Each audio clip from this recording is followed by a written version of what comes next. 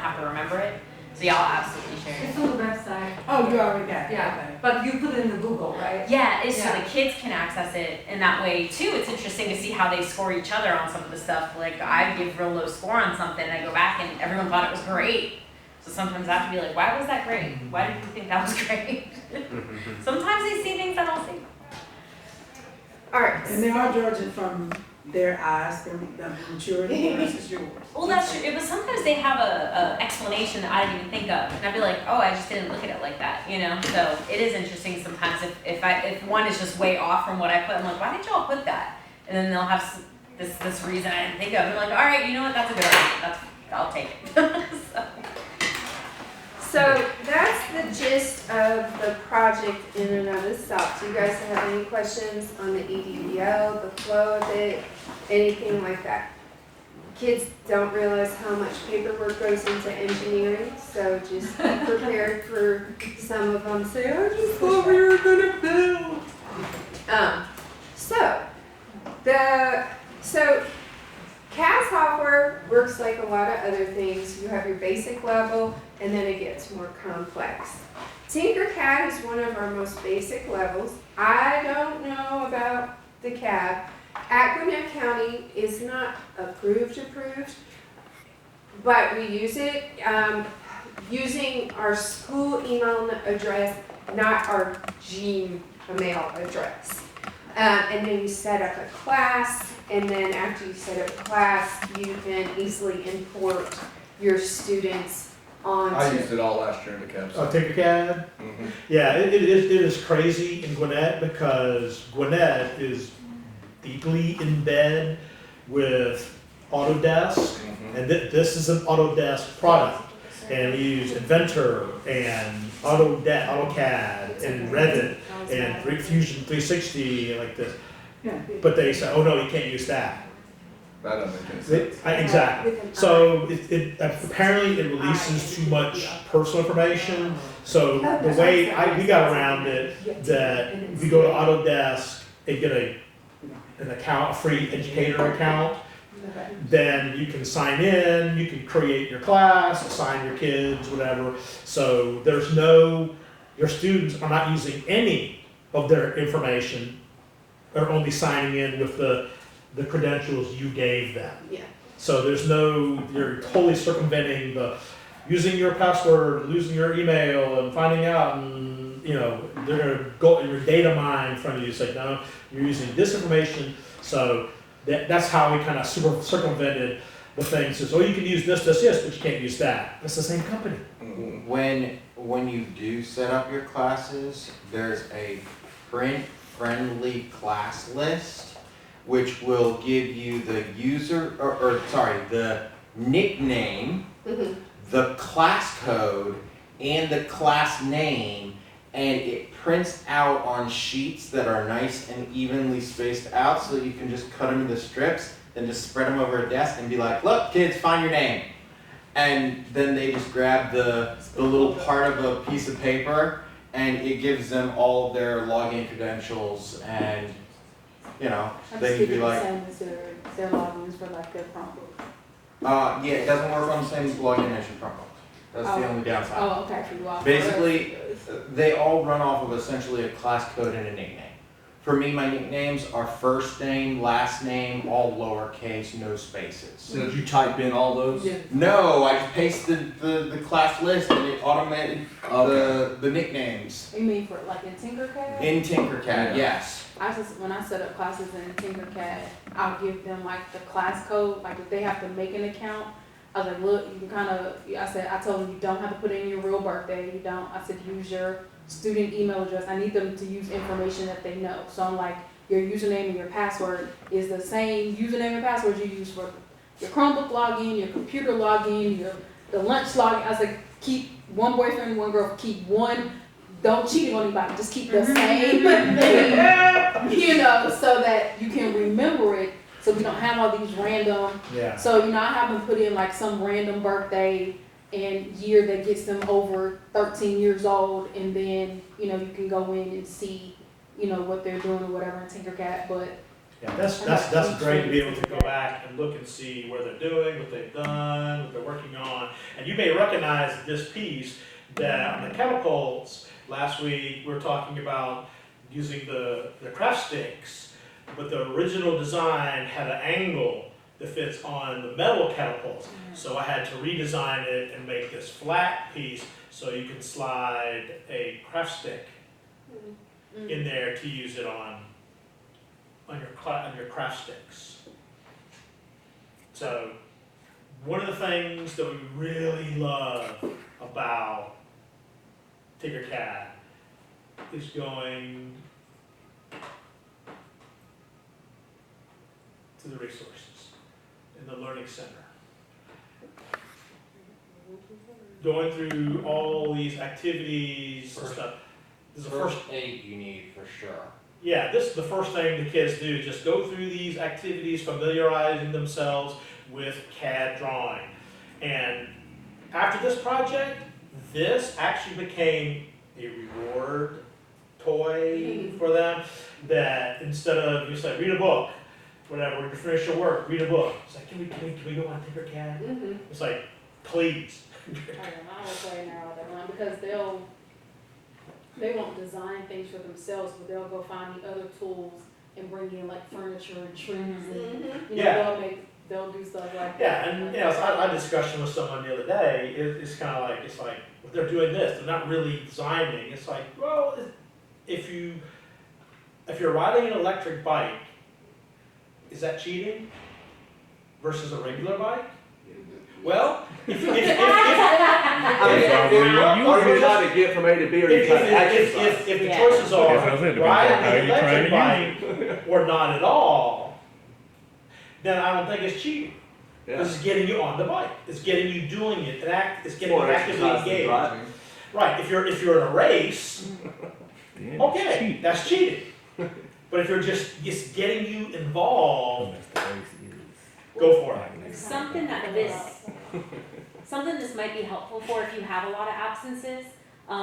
You know, this might be an option where maybe if you prefer Onshape, but you have a kid that's been out 3 weeks of a month, then you say, you know what, you're just doing yours on Tinkercad because the program will teach you how to use itself by going through. If you click on one of those, it's step by step what they have to do on the screen to learn that skill. But then once you get past those like first 8 or so, kind of like you were saying, they import furniture and stuff. If you don't want them to do that, if you scroll down past that first ring, they can click on any of these and it will tell them how to build it, step by step. So they get harder the further down you go, but you can, instead of saying like, oh, you know, you can import stuff, maybe tell them, all right, you got to do one ring, one keychain, and one something else, and they'll learn how to actually build with it. And then sometimes they'll let them import, because they can import cool stuff. Like if you want them to like have that buy-in, that engagement. I had a student import LeBron James's face for the back of his cell phone holder. It was real creepy, because it was like his face coming through the back of the plastic. But he loved his cell phone holder so much because it had that level of detail. I had one kid, huge soccer fan, was able to like get a 3D image of the soccer flag of his team.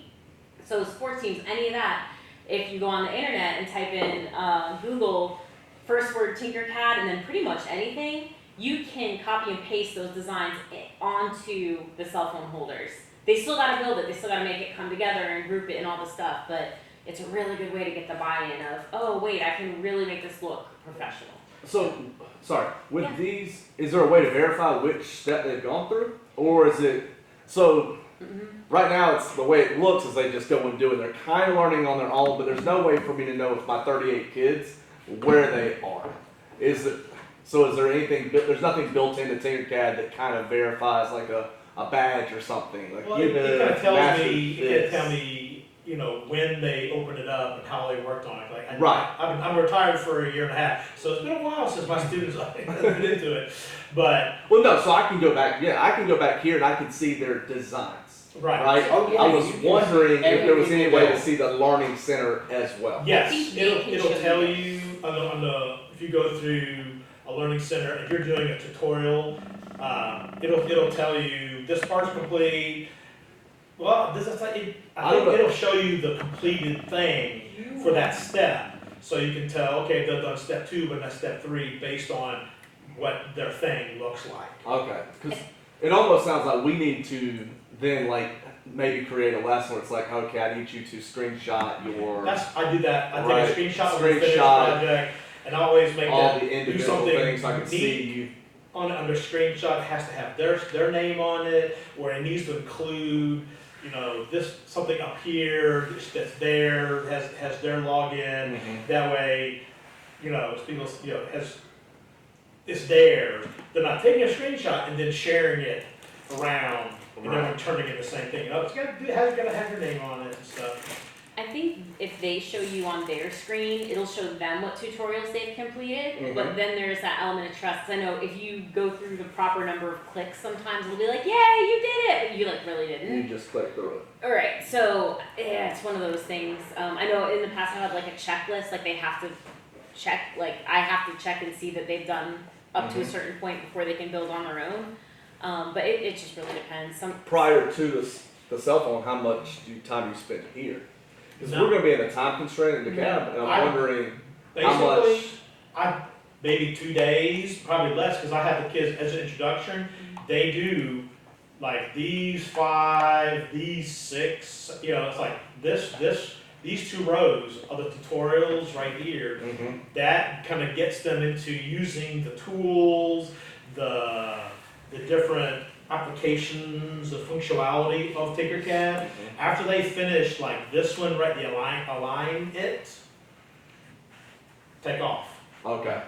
Oh, I So do about- make them do creating holes because that's really important. Oh, creating holes is- Yeah. Oh yeah, but yeah, and sometimes I make them do primitive shapes, but that's really 2 days because this activity will take the kids maybe 5 minutes to do it, so they can bang out like this whole 5 of them in Right. one 45-minute class. And if you have kids for 75 minutes, Oh, yeah. yeah, you can 3 rows. you One can day. get all of it done, all the introductory, Right. instead of me trying to, I found out with my kids, instead of trying to say, okay, everyone move your mouse and grab this. What am I supposed to do? Oh, I was watching the squirrel, and, it's like, here it is, do it, take a screenshot, put it in the Google Classroom, and when you're done, to verify you're complete. And that's like, it takes maybe 2 days.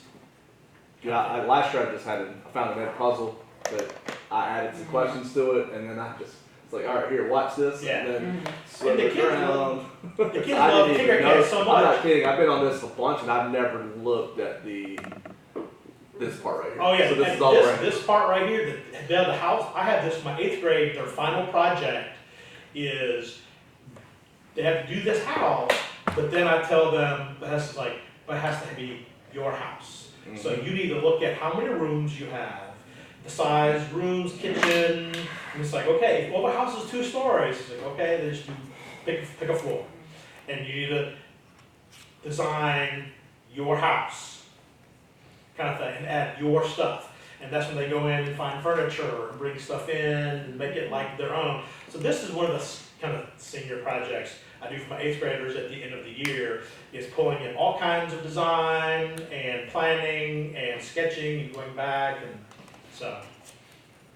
But yeah, the resources, yeah, unbelievable.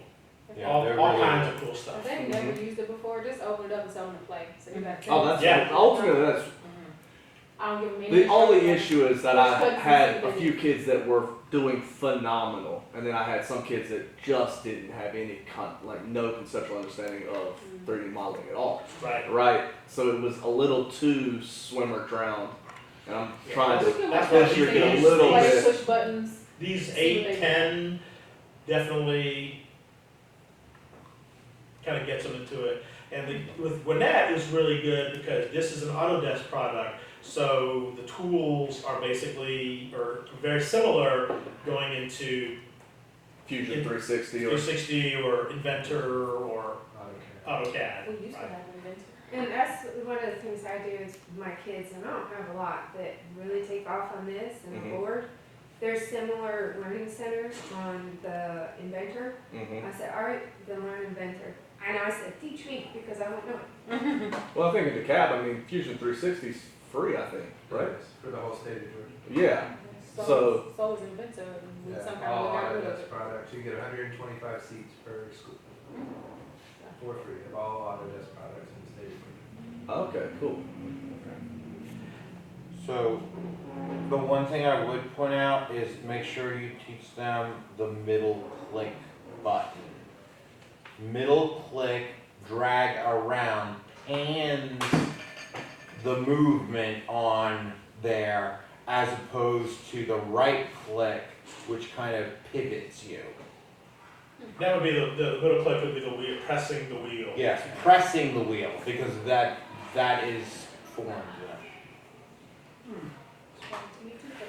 And that may be a situation in your lab or however you're set up. If you don't have mice or do not have a wheel, that would be something I would request.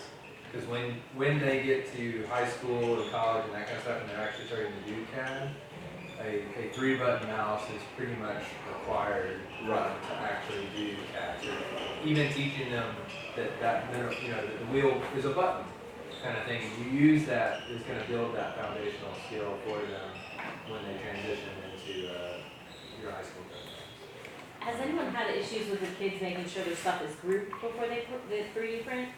Something that I found, if you don't mind navigating this, to see if it's grouped, you see the falling apple up in the right-hand corner at the top? Yeah, click on that. It takes you to Simulation Lab. And then down on the left, if you hit play, Play. it will let you shoot critters.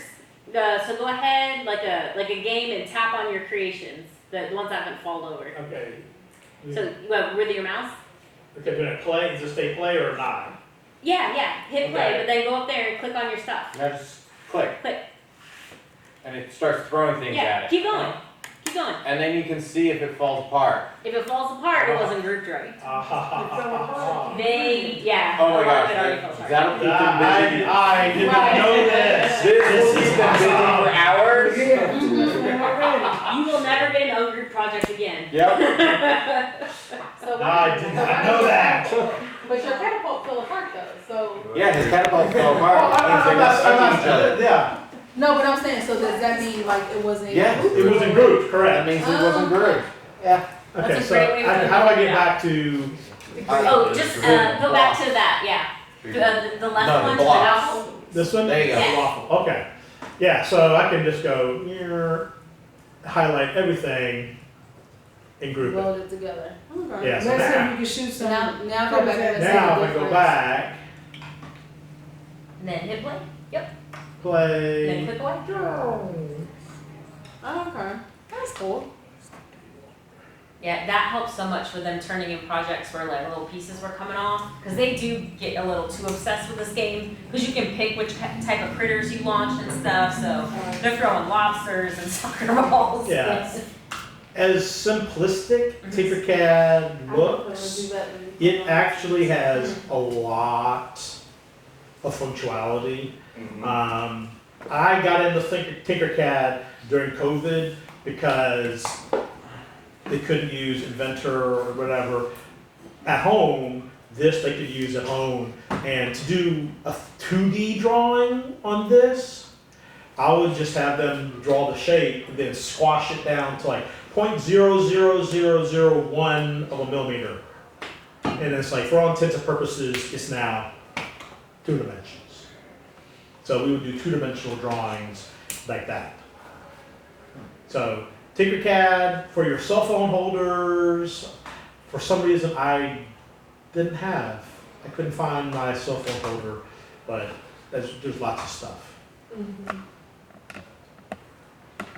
Including furniture. I put together a group for the 7th grade design challenge, not design challenge, for the system challenge. We had to design the interior of an airplane. We did it on Tinkercad, and I gave them, I grouped all the furniture into different packages they could download. It's like, here, you can choose from different furniture to put inside your plane. We just basically drew out the boundaries of the plane. Which worked for my kids, but if you found a different program, that's cool too. I came up with this because some of the programs that we were trying to use. I don't remember the name, but it required a login, had to make an account. It was becoming too problematic. So it's like, here, use Tinkercad, here's the dimensions, make your shape, here's your thing.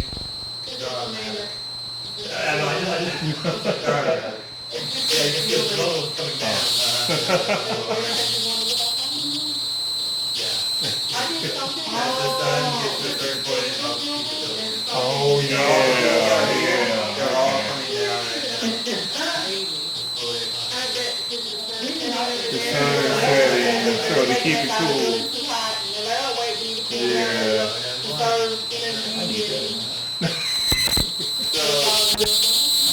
So with Tinkercad, for the 7th grade group, I chose not to have them 3D design their wings. I just let them cut them out directly out of cardstock, and then I just gave them a large quantity of cardstock so they can try and mess up. But with Tinkercad, I created a build your own movable toy project. And they all had to make a toy that could move. And if you look up chain 3D printed toys, you'll see that the 3D printer, because it prints up from the bottom up, you can actually build chains where the chains actually, auto seal themselves for you. It was fun. The kids loved it. How does that work with the PLA? Because the support when. Yes, so if you do it within a certain angle, PLA doesn't need a support. So as long as you don't make it too curvy, right? If you do a sharp curve, it won't do it. But if you go slow curve and only have a small amount, it actually can stay on itself without building support material. So when you print it, do you have to print it flat? It won't go, you can't print it vertically, It has to start from the bottom up. Right, it always starts from the bottom up, Yeah, but like with the chain, when someone does it, do you do it flat on the disc, on the work, thank you, work plate, or can you actually build the chain up? Cause sometimes cause it's not cool enough, you can't support the stuff on top. So it sounds cool what you're talking about, I'm just So- trying to picture it. Here, can I connect to that? You just have to wire in and, so, All right. that's okay. So, what I did was you build a link, this basically just builds up, and then, Okay. No, I get what you're saying, and alright, I was just wondering. and so as long as you curve the edges, alright, come on. As long as you curve the edges like that, this doesn't require support material, Okay, because it's only just barely moving over. okay, But if you make a sharp curve, then it like a doesn't square. like that. Yeah, with Yeah. right corners. Okay, interesting. Thank you. Yes. So any questions about Tinkercad or the cell phone holder project? I mean, I think the only issue I'm gonna have is if we're doing PLA, it is more difficult to make that creation with PLA. Every time I see something that has some sort of indention or hole, I'm like, man, the supports are gonna be just an absolute hassle to get out. So When it's that rectangular base like this, it's not bad. This would be right, that part right there is is fine. These holes here, it depends on how good your machine is. Like the MakerBot, it's not a very good no, machine. those are terrible. And it would mess it up completely. What I suggest you do, ask him to share his and test it out during pre-planning on yours. And then you might tell the kids, you have to give them a little guidance and say, all right, this is where you're gonna have to start. And that also can help with your time constraint too, if you give them a template and say, all right, this is your base, this rectangular prism. Now, and let them cut the hole and put designs on it. So that might be one thing you could do. But it depends on your 3D printer. MakerBot is terrible and the filament doesn't stay together very well. What's the filament that you use? What's it called again? We use ABS or ASA, but it comes with a support material. So when it's printing something like that, it has this different filament that it puts in those open spaces, almost like a mold in a cast, so that once it's done printing, you put it in chemical wash, and that support material washes away, and you get those nice clean circles, those nice A clean. lot of our high schools have those types of printers. Now those kind of printers require what? Two different. The machine has two nozzles. Yeah. So you have two different spools, a support spool as well as a material Okay. spool. And, And you would need a wash and tank. it's $90 a roll. Yeah. Yeah, so that also, you're like these designs, you know, having something like this, you make this out of PLA, you know, wouldn't require too much the way it is. I don't know, get the experience with building with PLA where your supports and your program might show you or tell you, okay, you would need a support here because it's curving up, or is that curve large enough to, The curve would be fine, it's those two little edges out here. with these two legs down here? No, those- that, Yes, those it are won't happy. cool quick enough to stay up. So like as it's printing, it doesn't have a support to hold it, so it, So that's where you could change the orientation instead of this be the bottom, this Put it on the side. bottom, so it's Yeah, rotated. if you flip it on 90 its side, degrees. Yeah, but that still puts that. Better, but The it's part on the left is still going to be up. Yeah. So- And now it'll still be. So what I would recommend is if you go, there's a website called Thingiverse, and on Thingiverse, there's test files that you can print on your printer. So the most popular one is called Bodhi, it's a boat. And there's other ones that you can print that are pre-made that will show you the overhang capacity of your printer, not just like the brand of your printer, but your specific printer. And you can print these test files out, and then you can present that to your students, and you can use that test file to limit the constraints of what they can design that your printer will be able to print. So it will print out a test file that will show, and a lot of them have like degrees and other things that it prints as it goes. So it says, okay, my printer cannot print more than this much overhang before it starts to error out. Or, you know, the tolerance on my printer, you know, the holes have to be at least this big or this small or whatever. There's a lot of test files and things that you can print via Thingiverse, and then use those with your students to show them, you know, that there is a constraint. So if you're in Thingiverse, Yeah. like right now, and what would I type in? So, Like 3D print test file or. but 3D do I need to put in Dremel Lab or? No, you don't want to do that. You Okay. want to find the generic ones that will test the capacity of your of any printer. So the Bodhi, I think it's called Bodhi or something like that. It's a little boat. It shows some tolerances that universally just about everybody prints out that at least once. But then there's there's ones that are like a flat plate. If you have a laser cutter, they have the same thing for your laser cutter, where you can do a test file to see like what settings you need to use for different stuff. So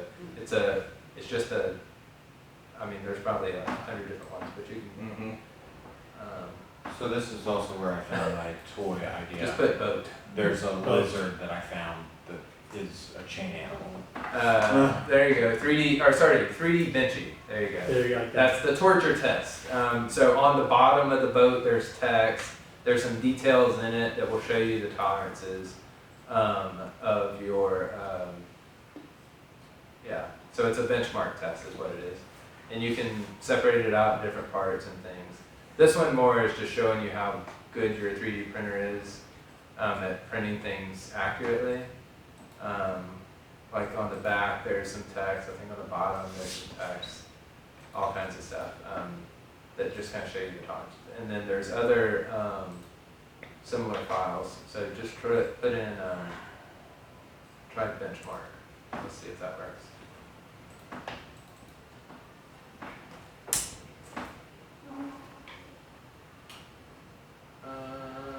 Yeah, there's one, test your 3D printer.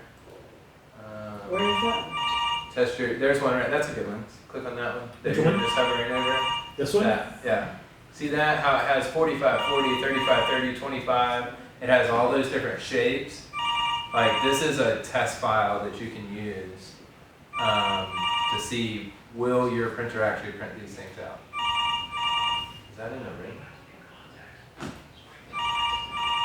Is it in the room? Yeah, someone was over there. Hello? Is it, anyways. There's nothing connected to this, is there?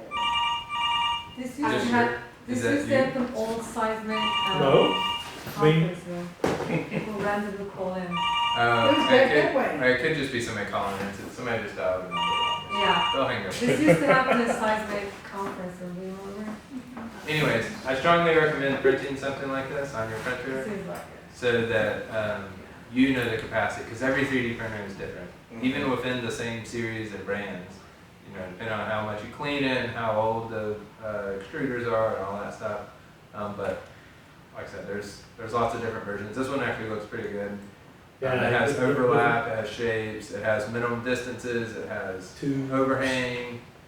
And the good side here is like, so those holes on the back side, you would take something that you know is like that exact size to see, is your printer printing correctly? Like if you say a hole's supposed to be 5 millimeters, is the hole actually 5 millimeters kind of thing? Because we ran into that when I was teaching where students would print something the size it was supposed to be, but we had the old MakerBot and stuff.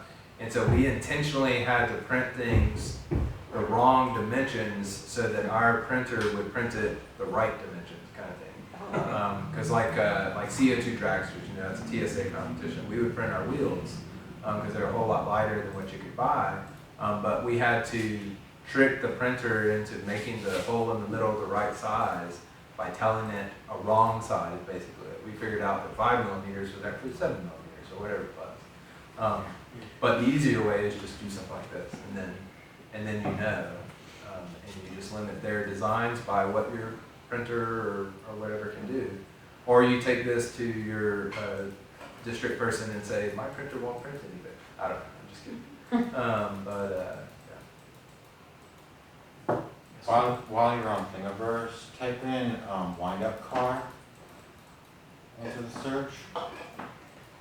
And this is a fun 3-day project that you can do, but it takes a lot. Top left corner. That one right there. It prints out really nicely on 2 different plates. You can print it all ahead of time, and then you can basically go, here you go kids. This creates a wind-up car, here's a picture.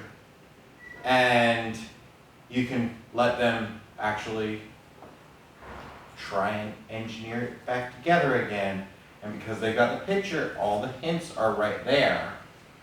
And then after a day of struggling, you can tell them, there's also a video online that it tells you how to assemble this thing. Some of the students will find the video on the So they're day, gonna first find day. Because that's the first thing they're gonna do is how do you put this together. They're not gonna think about it. They're gonna look for a video. First thing they're gonna hit is YouTube and Google. Like Two-Face with Sawyer. No cell phones. Yes, yes. What else we got? I think that, anything else, I think, let me see, I think that's,